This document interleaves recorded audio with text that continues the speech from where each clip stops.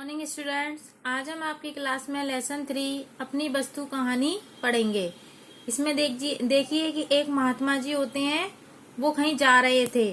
तो मार्ग में यानी रास्ते में उन्होंने एक स्थान पर दो आदमियों को ऊंची आवाज में बोलते हुए सुना। बहुत तेज तेज वो आपस में झगड़ा कर रहे थे।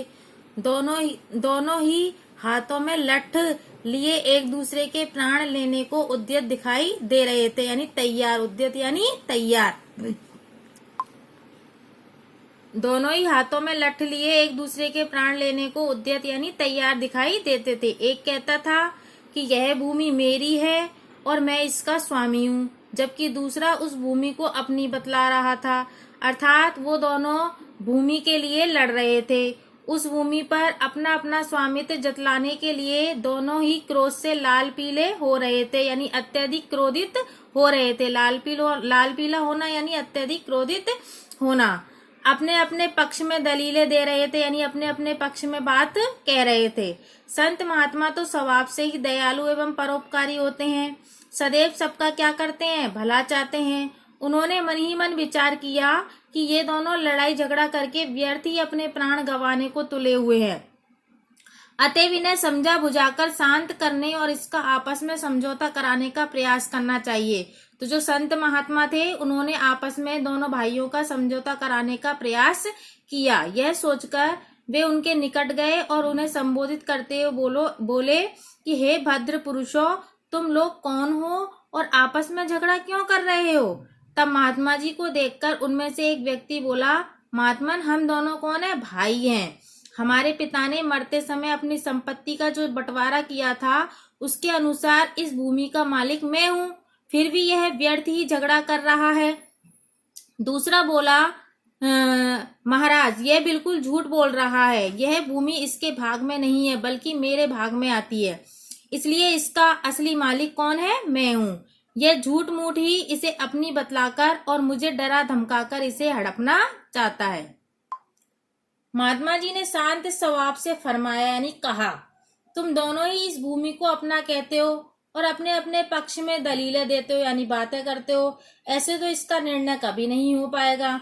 इसलिए अच्छा है कि यही रहेगा कि जिस भूमि के लिए तुम दोनों मरने मारने को उतारू हो, उससे ही यह बात पूछ लो कि उसका असली मालिक कौन है। तुम दोनों में से कौन है, यह स्वयं ही यह बात का निर्णय कर देगी। कुछ पल तक दोनों महात्मा जी के मुख की ओर ताकते रहे, देखते रहे। फिर बोले, किंतु यह कैसे संभव है? भूमि कभी बोलती नहीं है। महात्मा जी ने उत्तर दिया, हाँ, वह अवश्य बोलती है, परंतु उसकी आवाज हम लोगों को सुनाई नहीं देती। किंतु यह बताओ कि भूमि जो भी निर्णय देगी, क्या तुम उसे स्वीकार कर लोगे, मान्य कर लोगे? दोनों भाई इस बात पर क्या हो गए, राजी हो गए। तब महात्मा जी बोले, मुझे बहुत जोरों की भूख लग रही है, पहले मुझे भोजन कराओ। वे बोले, भूमि का निर्णय हो जाए, फिर आपको डटकर भोजन खिलाएंगे। महात्मा जी ने कहा, भूमि का निर्णय तो हो जाएगा, वह कहीं भागे थोड़ी जा रही है। पहले भोजन हो जाए ताकि मन मस्तिष्क कुछ ठिकाने आ जाए। इसलिए तुम दोनों अपने घर से भोजन ले आओ, तब तक मैं यहीं बैठा हूँ। यह कहकर महात्मा जी एक पेड़ की छाया में बैठ गए। दोनों भाई घर गए और अपने अपने घर से भोजन बनवाकर ले आए। महात्मा जी ने उन दोनों को बैठ जाने के लिए कहा।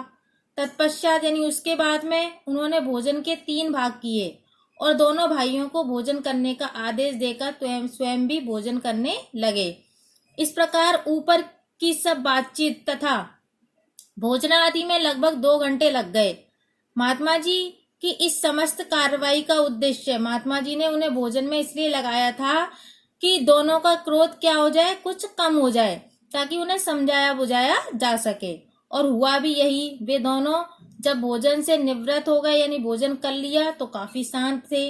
उन्होंने महात्मा जी के चरणों में विनय की, महाराज, यह भूमि तो कुछ बोलेगी नहीं, इसलिए आप ही हमारा क्या कर दीजिए, निर्णय कर दीजिए।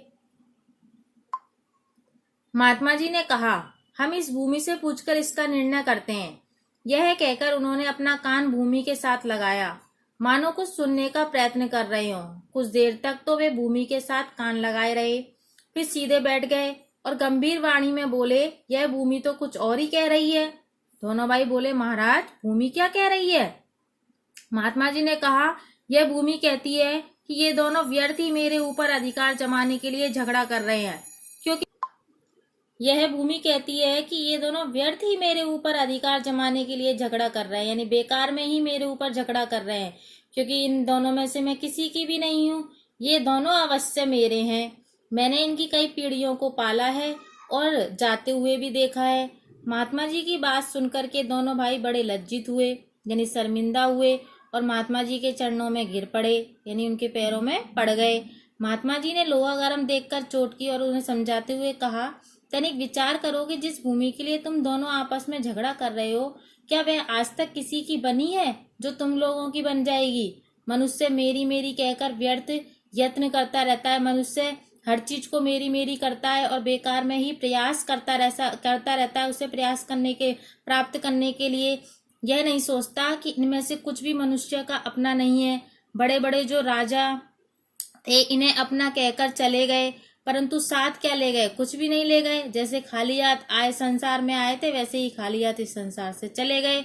तुम लोग भूमि के इस छोटे से टुकड़े के लिए झगड़ा करके अपने अनमोल जीवन को नष्ट करने पर क्यों तुले हुए हो? यह भूमि ना तुम्हारी है और ना ही तुम्हारी बनेगी। भूमि ही क्या, संसार के जितने भी पदार्थ हैं, धन संपत्ति मकान आदि, इनमें से कुछ भी तुम्हारा नहीं है।